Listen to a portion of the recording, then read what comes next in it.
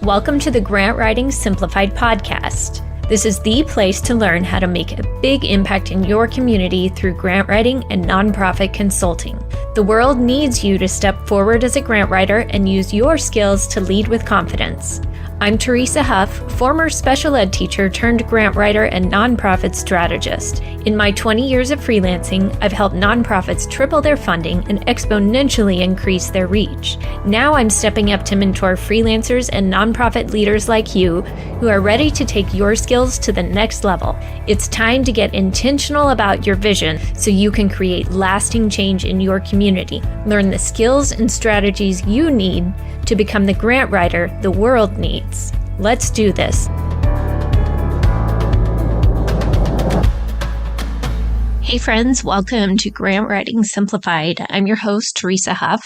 If you have not watched my TEDx talk yet, go check it out, The Real ROI of Grant Writing on YouTube, and let's help you build your ROI for your nonprofit and for your work. Before we get started today, I want to tell you about a really cool resource I found. So when you're a busy nonprofit leader, I know the pressure to get grants going when you've got so many other things going on can be pretty overwhelming. Well, that's where my friend Derek Timmerman comes in. Derek is the founder over at Sparrow Nonprofit Solutions. And he's created a system unlike anything I've ever seen before. It's called Easy Grant. Every week, Easy Grant gives you exactly what you need to do next to find, cultivate, and apply to foundations who are perfectly aligned with your mission. They even write the letter of inquiry for you. It's crazy affordable, just a monthly subscription, no contracts, and you can cancel anytime. Honestly, it's kind of like the Netflix of grant writing. So go check it out today. Easy Grant by Sparrow Nonprofit Solutions. Go to myeasygrant.com. All right, so today, here we are, mid-year. We're in July already. I cannot believe that. 2023 is just flying. And I like to stop and reflect now and then. I have some big goals for this year, and I also have had some big things come up along the way that I wasn't expecting. Some traveling, going to a couple of conferences that I hadn't really planned on, and those were really good opportunities that I'm glad I did. But in the meantime, I had to adapt and adjust. And so I had to decide, okay, how tied am I to my goals and my timeline versus doing these other things that have come up? And how much do I want to adjust my timeline because they do fit into my big picture? And that was kind of the filter for me, was I knew that what my end goal is. I have several things I'm working on. And so when these opportunities came up, sometimes I said no to a couple of things that came along, but sometimes I said yes, even though that meant maybe a couple of my other goals that I had planned on hitting would have to be adjusted. That didn't mean I gave up. That didn't mean I stopped, but it did mean I needed to deliberately decide, where does this fit into the picture? I'm only one person. I have to pace myself. We're all human. And let's face it, we need some rest now and then too. So are you a driven, hardcore goal person, or are you one that sets all these goals and then kind of falls off the wagon? And I ask this because partly some people set their New Year's resolutions, which I'm not a big fan of, and they end up kind of falling apart. I'm going to go to the gym, and then they go maybe a couple times in January, and that's it. So I want to take a minute to encourage you to stop and reflect on your goals.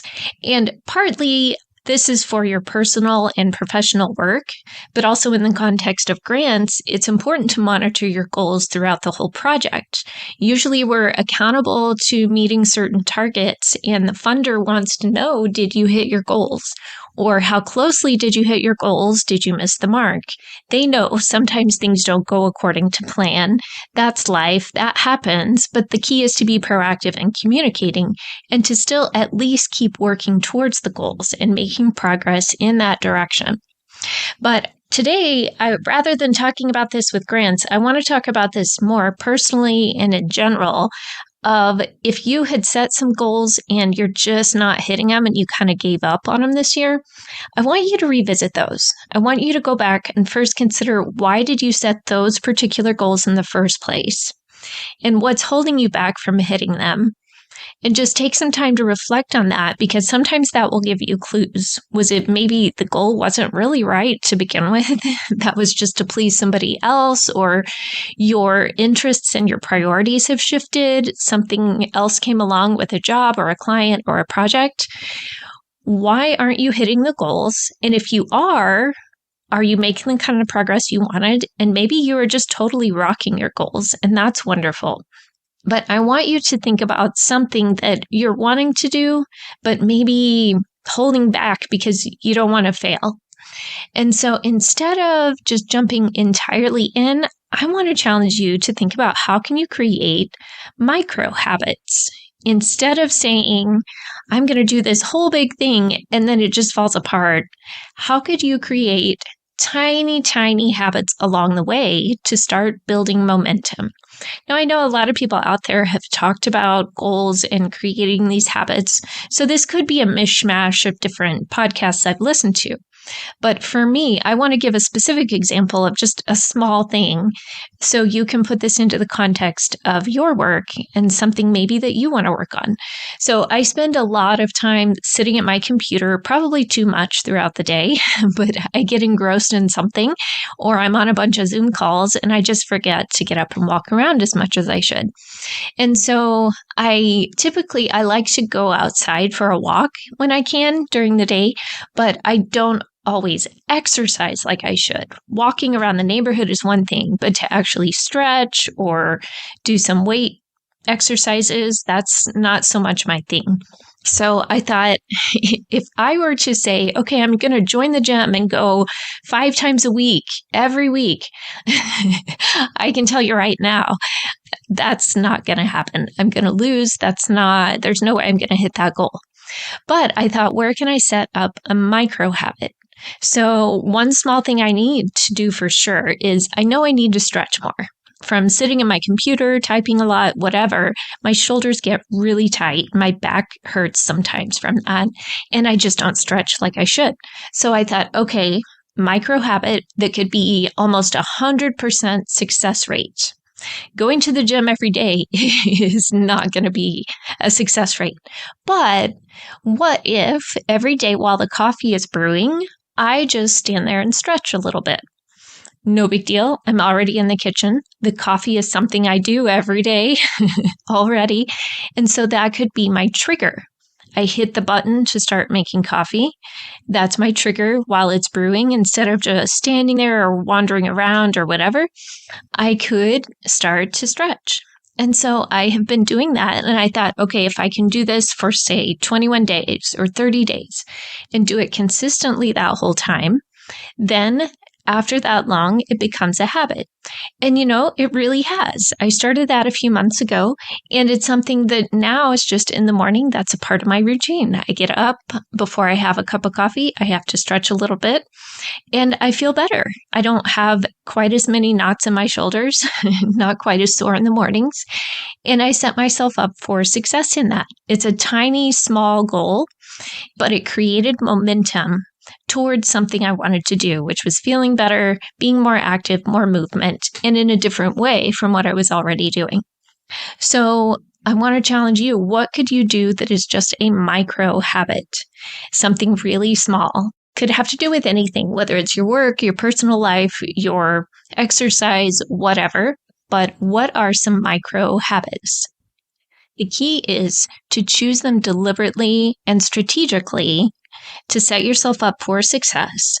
But think about, how do they fit into your bigger picture and make you a better person, a better whatever it is, a better grant writer, a better mom, a better brother, whatever you want to be. How does that fit into your bigger picture? And how can you choose it with intentionality? So try to set yourself up for complete success for the next 30 days. What is a micro habit?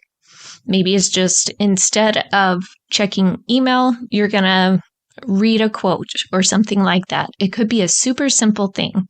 But think about, where do you want to be 30 days from now? What kind of micro habit can you set up? And then once that's set up, look at 90 days from now and how much better you'll be for it once that habit is established. And even by the end of the year, 6 months from now.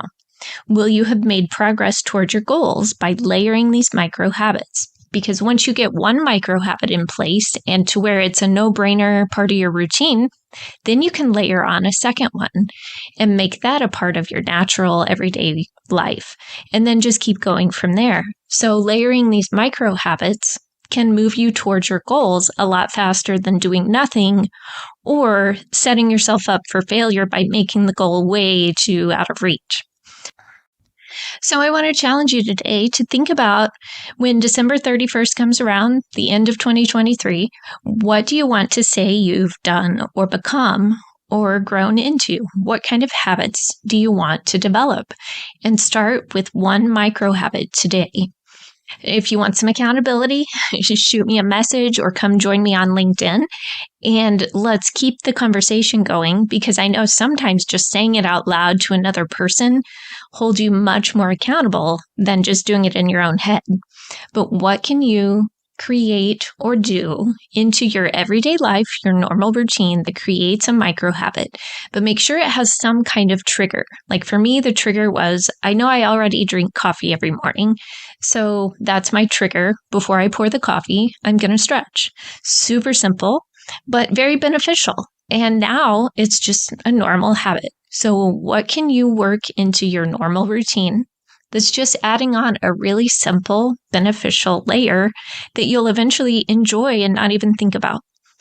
So think about that. Think about what can you do. And I want you taking action on this. I had heard if you don't take action within 7 days, you probably won't ever do it. So today, what can you do? Think about your next step, your micro habit that you can create.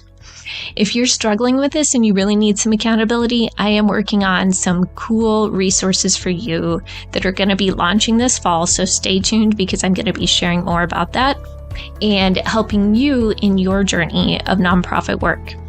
So let me know, connect with me on LinkedIn or send me a message on your website. What micro habit will you create today? And what will you commit to doing every day for the next 30 days? Let's set you up for success, but it starts with the first step. So let's do it. All right, friends, like and share my TEDx talk on YouTube and have a great week. Go change your world.